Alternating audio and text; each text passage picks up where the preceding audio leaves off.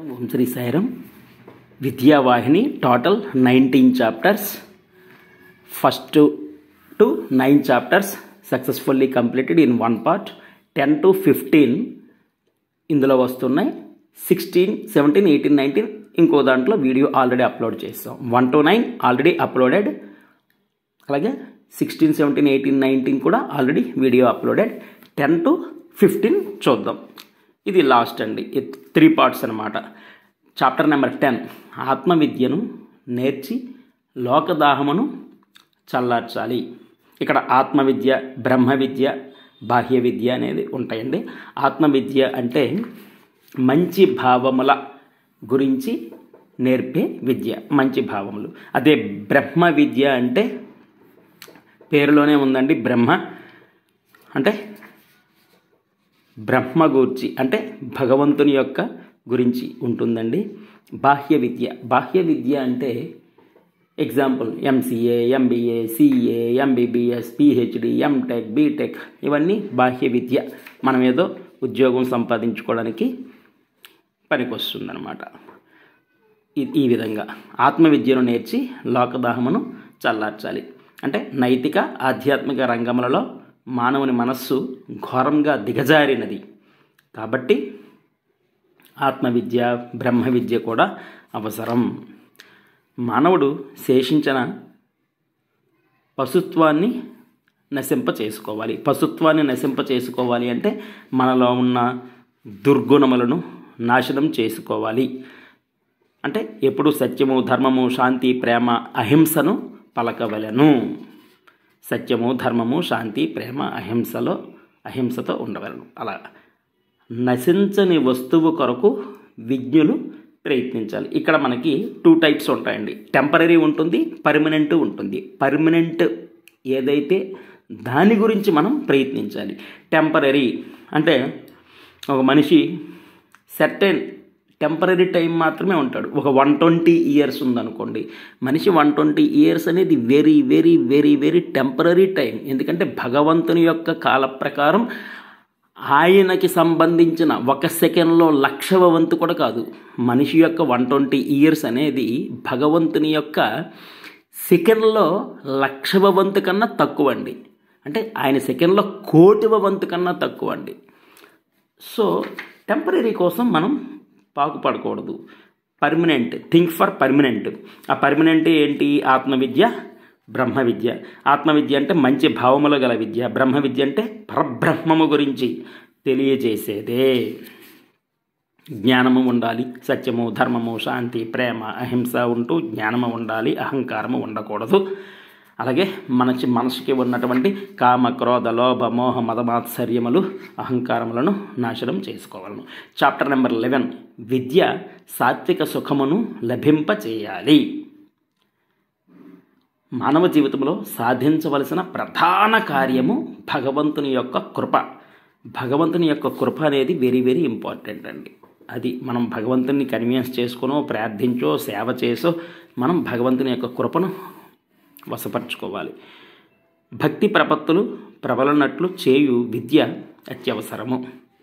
అంటే బాహ్య విద్యతో పాటు బ్రహ్మ విద్య అత్యవసరము.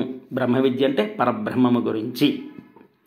లౌకిక విద్యలతో పాటు అమృత విద్యలను కూడా అభ్యసించాలి. టెంపరరీ సుఖం కాకుండా పర్మనెంట్ ఉంటాయి కదా, ఆత్మవిద్య, బ్రహ్మ విద్య, ఇలాంటి వాటి గురించి మనం పాకులాడాలి. నెక్స్ట్ నెంబర్ 12, చాప్టర్ నెంబర్ 12 ఆధ్యాత్మ విద్యా విధానం. ఏది వెలుగునిచ్చునో అది విద్య. మనకి ఏదైతే మంచి ఫ్యూచర్ ఉంటుందో, దేనివల్ల అయితే మనకి జ్ఞానం లభిస్తుందో అది విద్య. విద్య తపస్సులు లేనివారు పవిత్రులు కాజాలరు. విద్య వెరీ వెరీ ఇంపార్టెంట్. బాహ్య విద్యతో పాటు బ్రహ్మ విద్య చాలా చాలా ఇంపార్టెంట్. ఆల్రెడీ చెప్పుకున్నాం. బాహ్య విద్య అంటే example MBA, MCA, CA, ICWA, PhD, MBBS, MTech, BTech ఇవన్నీ బాహ్య విద్య. మనం ఏదో జీతం కోసం పనిచేసి సంపాదించుకోవడం మాత్రమే సరిపోతుంది.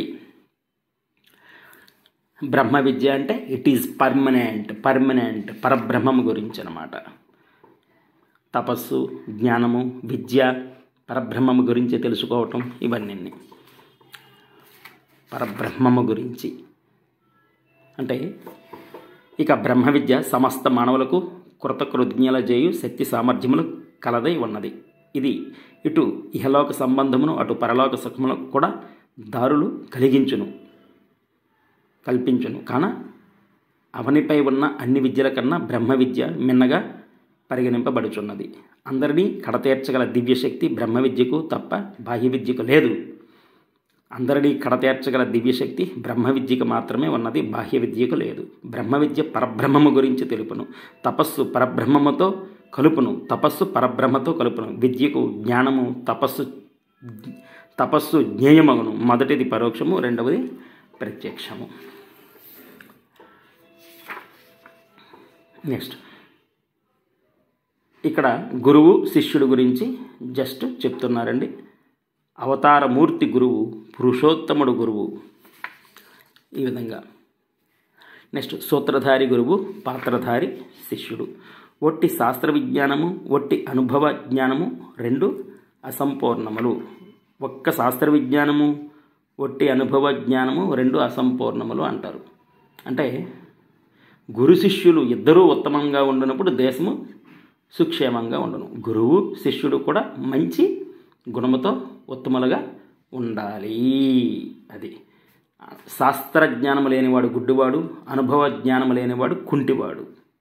అంటే ఒట్టి శాస్త్రజ్ఞానము, ఒట్టి అనుభవ జ్ఞానము అసంపూర్ణము, రెండూ చేరినప్పుడే పరిపూర్ణము. అంటే శాస్త్రజ్ఞానంతో పాటు అనుభవ జ్ఞానము కూడా అవసరము. గురు శిష్యులు ఇద్దరికీ ఉత్తమ లక్షణాలు ఉండాలి అంటారు.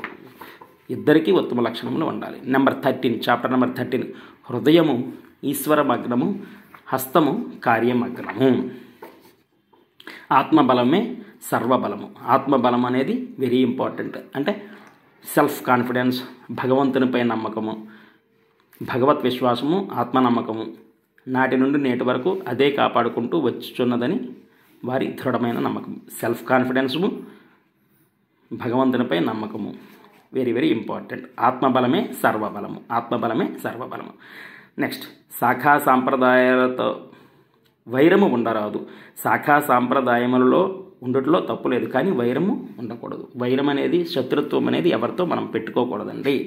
ధర్మరాజు అజాత శత్రువు అంటారు కదా, ఎగ్జాంపుల్. ఆయనకి ఎవరు శత్రువులు లేరు. అవతల వాళ్ళు శత్రువుగా భావిస్తారేమో కానీ ఈయన మాత్రం ఎవరిని శత్రువుగా భావించడు. శత్రువు లేకపోతే హాయిగా నిద్రపడుతుంది. మనసు నిర్మలంగా, నిశ్చలముగా, పవిత్రముగా, ప్రశాంతముగా ఉంటుంది. కాబట్టి ఎవరితో వైరము వద్దు అంటారనమాట. నెక్స్ట్ ఏకం సత్ విశాహ బహుధా వదంతి. ఈశ్వరుడిపై విశ్వాసం ఉంచండి, అద్భుత శక్తి కలదని నమ్మండి. సర్వము అందే లయమగుచున్నదని వేద ప్రమాణము. అంటే భగవంతుని పై విశ్వాసము, నమ్మకము ఉంచండి అని. Chapter number 14. పరిశుద్ధత, పరిపూర్ణతలను సాధించుటే విద్య లక్షణము. విద్య యొక్క లక్షణం, ఎడ్యుకేషన్ యొక్క లక్షణం ఏంటంటే పరిశుద్ధత, పరిపూర్ణత రెండూ ఉండాలి. ఆత్మకు ఆద్యాంతములు, మరణములు లేవని భారతీయుల విశ్వాసము. అవునండి, ఆత్మకు చావు పుట్టుకలు అనేది ఉండవు. ఆత్మ అనేది పర్మనెంట్.